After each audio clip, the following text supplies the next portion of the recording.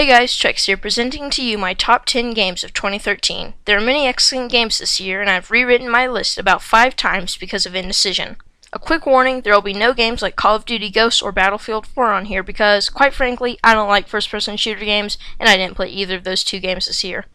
Also, these are my opinions. If you do not agree with a game on this list, feel free to express yourself in the comments below. Heck, even leave a dislike if you disagree with me that strongly. Now, before I begin, I will say that I'm using the Steam release date for most of these games.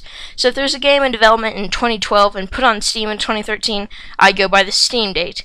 There are a few games that are not on Steam but were released to the public this year. Anyways, let's begin. To start us off at number 10, we have a new unique indie game, Risk of Rain. Risk of Rain was developed by Hopoo Games LLC, a team of 2 students, and published by Chucklefish Ltd., the developers of Starbound. What gives Risk of Rain its position at number 10 on my list are its procedurally generated terrain and random levels. Every time you run through, it'll be different terrain, different mobs, different bosses. It's amazing. It's increasing difficulty. The longer you play, the harder it'll get. You really have to fight to survive in this ever-changing environment. Its unique fighting style. With every procedurally generated level, there will be new mobs, new bosses, etc., and you have to adapt to fight them. With its fighting style, you're able to do that. And finally, its roguelike element. Permanent death is always a factor, and if you die, you have to restart from the very beginning. Next up at number 9, we have Rogue Legacy, another roguelike platformer. This game was developed and published by Cellar Door Games. Some of the key factors to Rogue Legacy's number 9 position are its procedurally generated castle. Each room is harder than the last, and you have to explore deep down into the castle. Teleporters, loot crates, mobs, bosses. It is amazing. Second of all, this game has a very unique thing about it. It has varying traits for each hero. So, one hero you may get is colorblind and the screen will go black and white. Another may be nearsighted, so the edges of the screen may be slightly blurry. There are many different symptoms that all the heroes in this game suffer from, and it makes it very interesting to play this game. And its very roguelike element, permanent death, is always a factor that you must watch out for. When you die, your children succeed you and continue diving into the castle. It's immersive skill trees. You can build up your skills with runes, better armor, swords, visit a blacksmith. It's just an amazing game, and I highly recommend you buy it. Next up at number 8 we have, and I know I might get some hate for this one, Starbound. Yes, indeed, Starbound. I've heard Starbound classified as Terraria in space, which is pretty much what it is. Starbound was developed and published by Chucklefish Ltd., the publishers of Risk of Rain.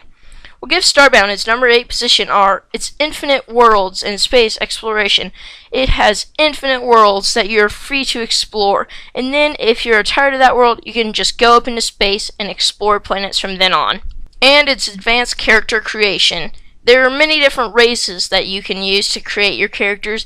Colors, customizations, just insane. And then you can level up your character through quests, bosses, etc. I really can't say any more because I really have no idea what is going on. The game is in beta, so it is not completely finished. Wikis are still being made and other factors like game-breaking bugs. When this game is finished, I believe it will be one of the greatest adventure RPGs of all time. Coming in at number 7, we have NerdCube's favorite game of the year, Papers, Please. Papers, Please was developed and published by 3909. The subtext of this game says, a dystopian document thriller, which describes the game exactly. You're an immigration inspector in a communist country, struggling to keep your family alive and keep the country running. What makes Papers, Please so exceptional is everything is constructed beautifully and fits together. One of the most nail-biting moments in gaming I've ever experienced occurs in Papers, Please. Every time you grant someone entry, you sit there on the front of your chair waiting for that soft, harsh buzzer writing a ticket. This game has gameplay like I've never seen before. You take someone's documents, drag them over, look at them, stamp them, send them back, wash, rinse, repeat. And every time you run the risk of getting something wrong and getting that soft, harsh buzzer popping up with a ticket, finding your money.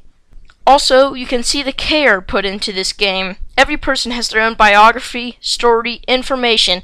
It is just amazingly constructed. What could be better than NerdCube's favorite game of the year? Well, that would have to be my number 6 game of the year, BMG Drive. BMG Drive is being developed by BMG, creators of Rigs of Rods. I know you may think it's a little shocking, but there are so many factors to this game that make it amazing. These factors give BMG Drive the number 6 position on my list. 1. It's extremely realistic crash damage. No other game can even compare with the amount of detail put into these crashes. They're so realistic and they even affect how the car drives. 2. The mod support. The modding community for this game is fantastic. There are many mods and each one can be easily installed by just finding the game's folder. And 3. It's realistic driving. BMG Drive doesn't give you super grip. It makes driving realistic. Some corners you're not going to be able to round at full speed, unlike most racing games with super traction. Coming in at number 5, we have a game difficult enough to rival Super Hexagon, 140. 140 was developed and published by Carlson Games. It is highly underrated and I highly recommend you buy it. 140 is, well, a different type of platformer. There's no dialogue, no pause menu, no loading screens, but difficult platforming and beautifully scripted and difficult bosses. What makes 140 amazing is its uniqueness. Name one other platformer with no dialogue, no start menu, no pause menu, just throws you in the game and you have to find your way. It's insane bosses. As if platforming was not difficult enough, you will have a time with the bosses. From splitting squares to flying through space to screen rotations, you will have quite a time with these bosses. Its simplicity. Everything is so simple, yet so complex. You may see a regular block, but 1 second later it morphs into evil static. Its use of music. I haven't seen music used in such a way as 140. Everything is in sync. From the background to certain platforms to bosses, the music flows with everything. At number 4, we have a game I've been playing most of this year. This game will take you back in time to the very roots of gaming, and that game is Dev Tycoon. Dev Tycoon was developed and published by the two-man company, Greenheart Games. In Dev Tycoon, you start in the 1980s at the very beginning of video game history. What makes Dev Tycoon so great is that each game is your own. You choose a topic, a genre, a platform, and then from then on you shape the game the way you want it. If you want a very engine-focused military game, go for it. If you want a gameplay-focused strategy game, you can make it. Any game you ever want to make can be created in Dev Tycoon. 35 years of real-life business simulation. It's incredible. For 35 years, you will work to develop games, hoping not to go bankrupt. And finally, it's immersive gameplay. Every time you load the game up, you can expect to be there for a while, pushing out one more game after another, hoping to lead the game industry. This brings us to the final 3 games. Some of the most enjoyable games I've ever played or released this year. The next one has redefined adventure games forever. Drum roll, please. Enough drum roll. Coming in at number 3, an adventure game so immersive, so brilliant, the Stanley Parable. The Stanley Parable, what a game. The Stanley Parable was developed and published by Galactic Cafe, the creators of the original Stanley Parable mod for Half-Life 2. There's so much to say about this game. For one thing, it's got amazing commentary. Everything you do will result in the narrator talking to you. And its endings. There are so many endings to the Stanley Parable. Everything you do can affect your ending. For instance, you could continually go into a broom closet until the narrator gets so frustrated he boards the room up, or you can find yourself in heaven, surrounded with buttons. Adventure. You can go anywhere in the office building. You can go the right way and finish the game in 4 minutes, or you can explore and find yourself in the world of Minecraft, Portal, or the original Stanley Parable. Finally, my 2 favorite games of this year. This game was released to the public in 2011, but appeared on Steam this year. This is what I meant by going off the Steam release date. Coming in at number 2, a truly open-world game, and you will see what I mean in a second. Kerbal Space Program. Developed and published by Squad, KSP is the most open-world game you will ever encounter. Build rockets and fly anywhere in a vast universe, or build a plane and fly to the North Pole. You can be stranded in space for years. For one thing, you can just build rockets, planes, rovers, even a boat. Go anywhere you want on the Earth and discover Easter eggs and exotic locations, or you can fly into space and visit the moon, the second moon, or many other planets and their moons. It is a truly open-world game. You can explore the depths of deep space, go to Jewel, go to Elu, go to Eve, stay on Kerbin if you want to explore the surface. You can also explore all of their moons. There's never a place you have not been in KSP. This brings us to my number 1 game of the year. This game was beautiful, breathtaking, and amazing. My number 1 game of the year was... dramatic silence.